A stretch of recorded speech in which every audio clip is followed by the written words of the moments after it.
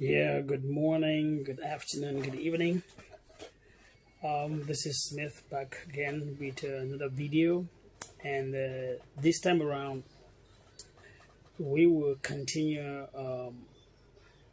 the the other important aspect of assessing your finance. The last time we were talking on how to assess your finance and ensure that you hit a break-even point in your business that does not necessarily cost you a lot more than you anticipated.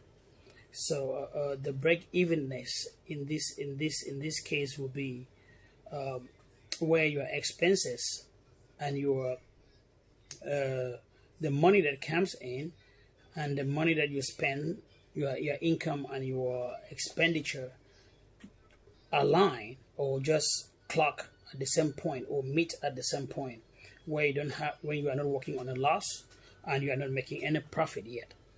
But again, I was saying it's essential to do that calculus to know the kind of business you get involved in.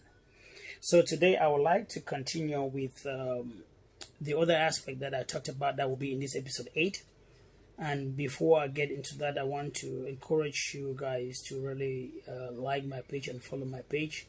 Those who are business inclined, those who are business minded, should be able to learn something from these videos. Share with your friends, with your brothers and sisters, and your parents, and those who are involved in some sort of business, so that they might use this material to help reconstruct or rebuild or readjust their businesses. Now, that said, assessing your finances also includes looking at funding, right? Funding. Where will your funds come from? How do you get the funds to actually put into the business that you want to run? Today, I will talk on the 4 important parts or 4 important segments. The very first one will be business loans. Now, the word itself, loan, in that means a commercial loan. It means that money given to you that you will definitely have to pay back at some point. Now, loans are like financial assistance given to someone, but these loans are not given to you for free. You have to give back or you have to pay back. Sometimes loans are paid with interest, right? So you have to consider business loans to be able to fund your business. Don't say, okay, I want to do this kind of business, but I don't have enough resources to do that, or I don't have enough money to do that. No. You can embark on actually going in for loans from corporations, for some minor or community banks that will help your business actually. And I want you to know that community banks, not the bigger banks like JP Morgan or all these bigger banks, what they do is that they don't consider a lot of things before granting you loans. They just go for the business and your credit points to be able to grant you loans. Why community banks, the small ones, they actually understand market trends. They will understand your business. They will understand what you are telling them, because they actually work in collaborations with the community, and they understand how the economy in the community operates. So they will better understand you, and you'll be probably liable to getting loans from them and reasonable interest rates. And sometimes these loans can actually have points where they will actually understand and probably oversee or unsee or uncollect on some of the interest rate that you might pay, or they might push up, or they might push in future, or they can accumulate something for you because they understand these market trends and how the market works. Now, that said, I also like to talk about the next kind of finances that you might consider, which is called business grants, right? Now, what are grants? Now, grants are similar to loans, but the difference here is that grants are not paid back. Grants are not paid back.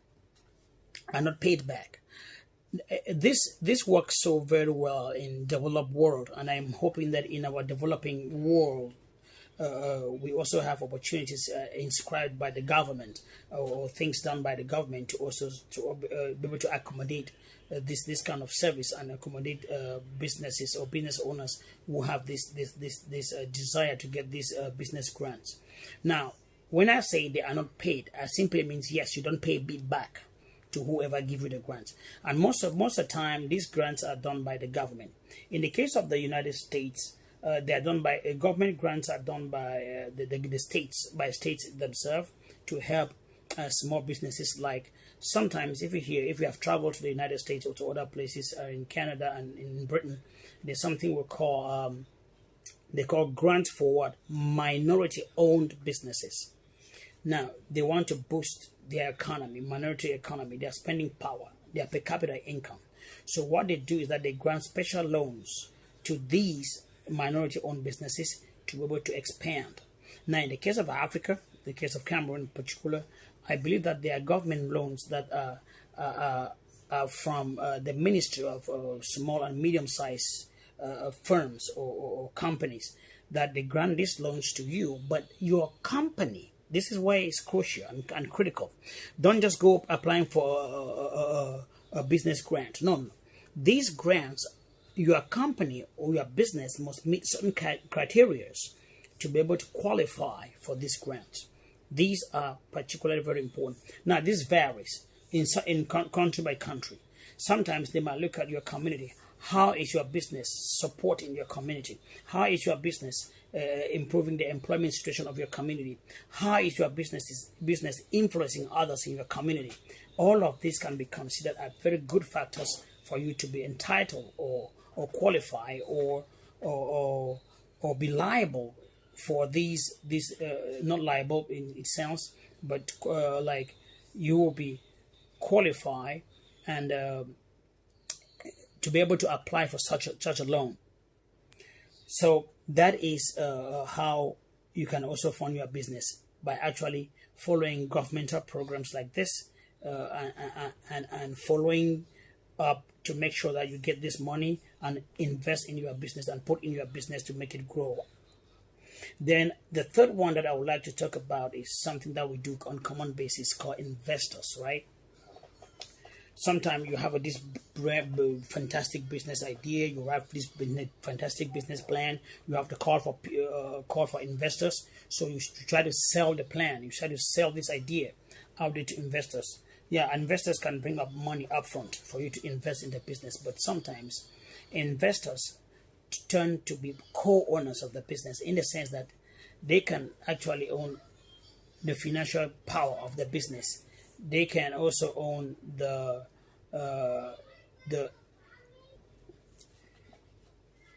they can own a portion of this business, right? So they in other sense, they are called backers. Now, some investors can just have an agreement with you, like, for example, I will back you with $200,000. In turn, I have 5% of the company. I have 10% of the company. So investors come in with their money to fund your business, but in turn they can own portions of the company. If you have watched this, there's this show called Shark Tank, where Mike Cuban and all these other people, they sit in there and young business startups or people who are looking for investors, they come on the show, display and explain their businesses to them and to seek for funding. And this is something that we will be doing in our live shows. I have a list of investors here with me in Shanghai in China. People who are willing to invest in businesses, but they want to hear from business owners. They want to hear from brilliant minds who have great business ideas, to see if they can actually send them or give them funding for their business, while probably owning portions of it or owning a percentage on dividends, annual calculations. Now, the last part that I would like to talk about is crowdfunding. Now, some people, this work perfectly well in developing worlds. If you have smaller communities, sometimes they come together to fund a particular business that will serve them. For example, the business of producing, let's say, soap, right? Soap, basic soap for cleaning or for washing. Some communities can come together and raise this money to install, to construct or to build this industry or this factory in their community. In turn, this factory will supply them with far more discounted products for them to use in utilities, maybe like disinfectants, maybe like soap dishwashers, for even for baby clothing and so on. So these detergents will be used by this community and actually will be sold to them at a very discounted rate.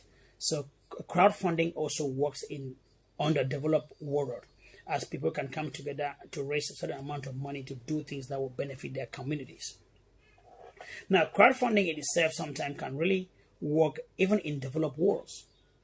Yeah, you can seek to improve the conditions of your environment in your locality by setting up a company that will be involved in cleaning, or a business that will be involved in cleaning maybe clothes, cleaning the environment, cleaning the drainage system. Now, these businesses in turn can be hired by the local government, local community governments, but these businesses tend to serve individuals also.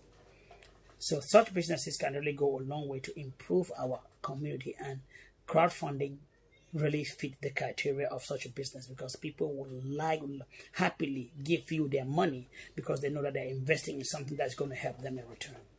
So when looking at businesses or startup, you should also put these funding ideas into perspective and make sure that you try to exploit other options as well. So I will leave that as the end of episode 8, and I will continue with episode 9 before July 1st. That will be going live. I will continue with you be able to determining your legal business structure. Now, legal business structure is what I talked before about the ownership of the business, sole proprietorship or whatever structure it is going to be. I will see if we've covered that or not. So we will be continuing with episode 9 next time. And please, I hope that this video will help you improve your business funding strategy, strategies, who you'll be talking to, which banks you'll be going to, or which individuals you'll be seeking funding from. So thank you, and remember to like, follow our page, and prepare yourself for questions that you may ask me when we go live July 1st. We'll be going live, I think, in 8 days or 9 days. So it's going to be very important that you sit in for the first time, because later on I'll be able to canvas for funders or investors to be able to talk to you all, to make sure that you know that they are interested in helping you grow your business. Thank you, and have a wonderful day.